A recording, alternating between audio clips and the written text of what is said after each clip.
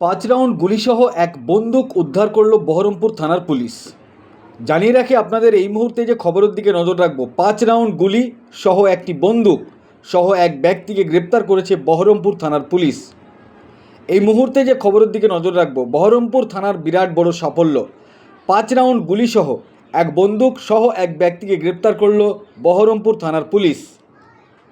Police সূত্রে জানা যাচ্ছে, গোপন সূত্রের ভিত্তিতে বহরমপুর থানা এলাকার গোরাবাজার গঙ্গার ধার কালী মন্দিরের সামনে পার্ক এলাকায় একটি গোপন অভিযান চালায় বহরমপুর থানার পুলিশ।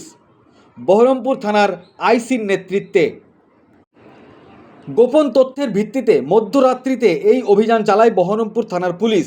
সেই অভিযানে সাফল্য পেল বহরমপুর থানার পুলিশ।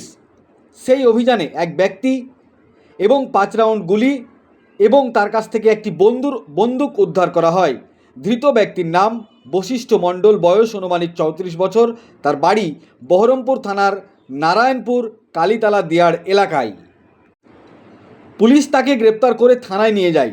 সকালবেলায় তাকে আইনি পর্যবেক্ষণের মাধ্যমে কোর্টে পাঠানো হবে, এমনটাই জানা যাচ্ছে পুলিশ সূত্রে। এই বিষয়ে পরবর্তী কোনো আপডেট পেলে পরবর্তী ভিডিওতে আপনাদের আপডেট জানাবো। এই ভিডিওটি যারা দেখছেন, ভিডিওটি শেয়ার করবেন, চ্যানেলটি লাইক করবেন আর সাবস্ক্রাইব করবেন। আই লাভ মাই ইন্ডিয়া, মেরা ভারত মহান। আপনারা দেখছেন আখেরিগঞ্জ নিউজ।